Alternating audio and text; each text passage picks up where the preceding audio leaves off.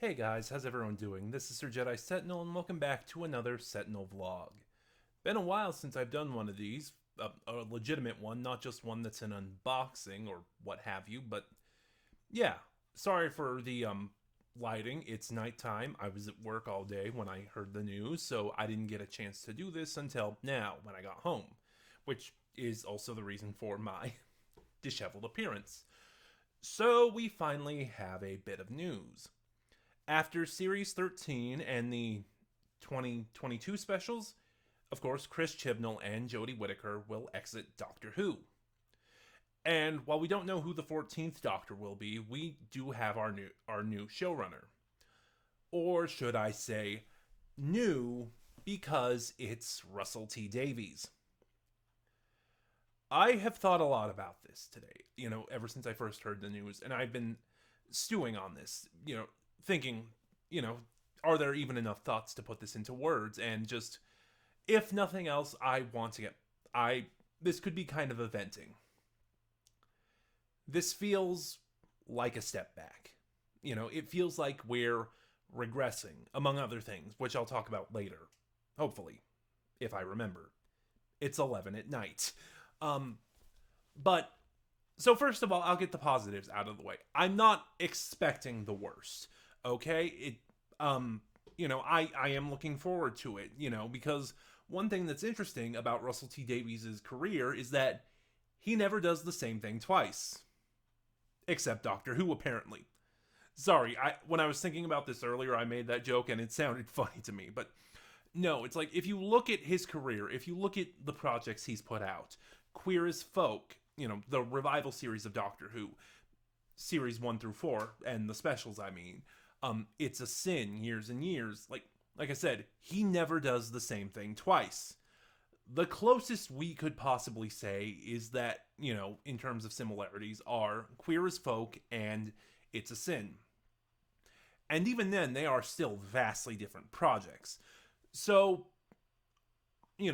and for those of you who don't know or are close friends that just follow my channel, Russell T Davies was the showrunner of Doctor Who, the revival series, from Series 1 through Series 4. He oversaw the eras of the ninth Doctor, Christopher Eccleston, and the 10th Doctor, David Tennant. He is responsible for bringing Doctor Who back. So, as I mentioned, I'm concerned. I don't even remember what I said now. I really shouldn't be doing this so late. And here's the reason for my trepidation. I do not like the Russell T Davies era. Like, there's a few standouts I like, but I am not a fan of this era at all. Like, I like Series 1, for the most part. I like the Ninth Doctor, but boy. The 10th Doctor is one of the worst incarnations of the character in the entire series. Like, for me personally, he is my second least favorite after Matt Smith. He is overrated and just... So here is my big thing. We still have not gotten any casting news on who the 14th Doctor is yet, but here's my thing. Like I said, even though it's a regression, even though I think it's a step back, I do not think what we're going to get with Russell T Davies is going to be the same as what we already got. Like I said, that's what I was saying in my compliment. He never does the same thing twice. So I think Series 14 and the 60th anniversary are not going to be the same as Series 1 through 4. So this kind of brings me into my concern and sort of my complaint about the 10th Doctor. I hope this time around he gets the characterization of the Doctor right. I hope he understands the character. Because that is why the 10th Doctor is so just awful in my mind. There are many, many reasons I could list. For example, all through Series 3, his horrible treatment of Martha, holding Rose on a pedestal, and constantly telling Martha Rose was better than her. Yeah, I don't know where I was going with that. Or, for that matter, falling in love with Rose. Like, you could partially say the 8th Doctor's kind of to blame for this sort of kind of arc at the time of the Doctor kind of falling in love with his companions. Not to the degree of the 10th Doctor in Rose. And again, it was terrible. To this Doctor just being a massive hypocrite about the rest of the character. Like, the Doctor's Daughter, again, is one of the worst episodes in the entire series because it hinges on this idea, on this claim that the 10th Doctor is the man who never would. And we kind of know that's a straight up lie. The Doctor might detest violence, but there are situations where the Doctor knows it's unavoidable, where violence will be the answer. Like the Seeds of Death. The second Doctor directed a fleet of ice warriors into the sun. Day of the Daleks. The third Doctor shot Ogrons. The Mask of Mandragora. The Doctor kills an entire cult. Warriors of the Deep. The fourth Doctor, by the way, for Mask of Mandragora. Warriors of the Deep. The fifth Doctor created a chemical weapon, a poison gas that was harmless to humans, but deadly, fatefully so, to Silurians and Sea Devils. Attack of the Cybermen. The sixth Doctor shot the Cyber Leader. The two Doctors, the sixth Doctor poisoned someone. The seventh Doctor, Remembrance of the Daleks. The Doctor nuked Skaro. I could go on about this, but I'm just saying, the whole point is that by making this absurd claim that the 10th Doctor is the man who never would, he paints not only himself, but his entire character and across his incarnations as a massive hypocrite. But like I said, that's getting ahead of me and all my issues. I'll just say this, the big point, and like I said, the thing is, I hope now Davies understands the character. Because with the 10th Doctor, Davies turned the Doctor into a Time Lord. I know the Doctor is a Time Lord, so let me elaborate. He turned the Doctor into everything the Doctor hates. He turned the Doctor into the very reason the Doctor left Gallifrey in the first place. So it's just, and that's kind of my fear, that, we're just gonna get more of a Doctor who is the highest authority, who is kind of a god, or as some harsher critics would say, Space Jesus. And I'm really not looking forward to that.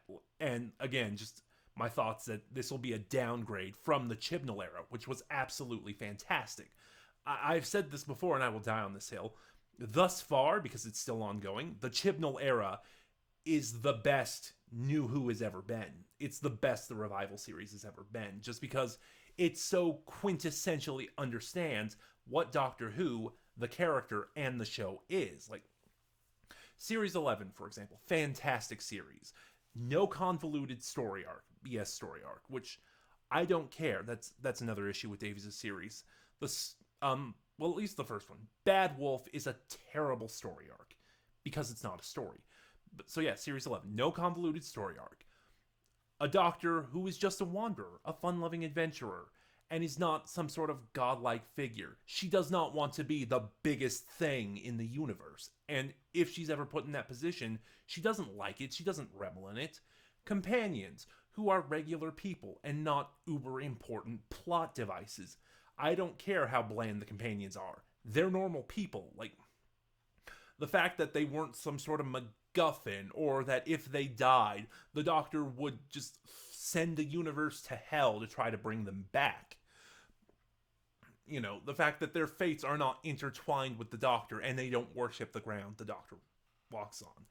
Heck, even the fact that with Series 11, the series finale was just another adventure.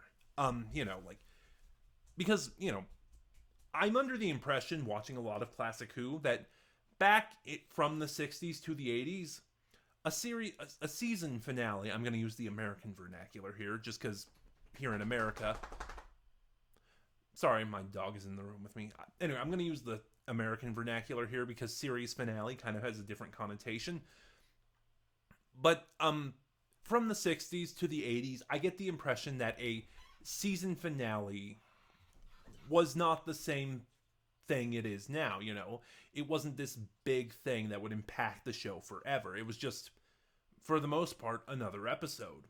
And that's what the Battle of Ranskorav-Kalis was. You can say what you want about it, but in that vein, it was a classic Who finale. So it's just, I'm nervous that with Davies as the showrunner again, a lot of the great things that came from the Chibnall era moving forward are going to disappear. I'm worried we're going to get a series-long arc again. Again, for the most part, they've all been terrible. I'm not going to get any more on that. I'm worried we're going to get a very deified Doctor again. I'm worried companions are going to have their fates intertwined with the Doctors. It's going to be melodramatic as hell, and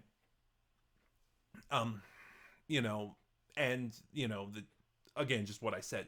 Their fates will be intertwined. They're going to worship the ground the Doctor walks on, or something's going to happen to them, and the Doctor's going to just set the universe on fire trying to fix it for them.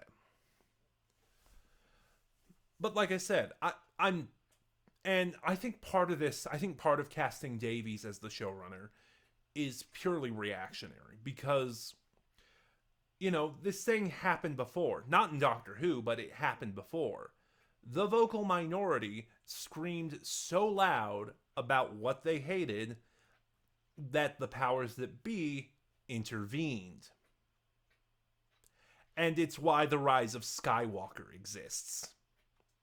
Yes, I just made that comparison because a while ago, and again, I'm doing this unscripted, I'm sorry. So, I don't have anything prepared. That's what I was going for. A while ago, there was an interview with Chris Chibnall. And again, I wish I could pull it up. I wish I could remember where it was so I could show it to you. But he basically said that he was not involved in the process for picking the showrunner. It was basically entirely the BBC. So, and, again, making my comparison to the Rise of Skywalker and Lucasfilm, that's another thing that worries me about Davies being the showrunner. That this is purely reactionary. The studio and the powers that be are listening so intently on the screaming of the vocal minority that they're going, oh, hey, you like this, let's bring it back. Which I will say that will make me happy, because a lot of those angry neckbeards are screaming that finally the woke nightmare is over. So, yeah, to kind of reference a meme, tell me you've never watched Russell T Davies' work without telling me you've never watched Russell T Davies' work. And just to rub salt in that wound, Russell T Davies likes the timeless child story. He likes the concept of the timeless child. So if nothing else, just seeing these angry neckbeards and NMDs just set themselves up to be so disappointed is going to be glorious. But yeah, that's kind of everything I have to say on the matter.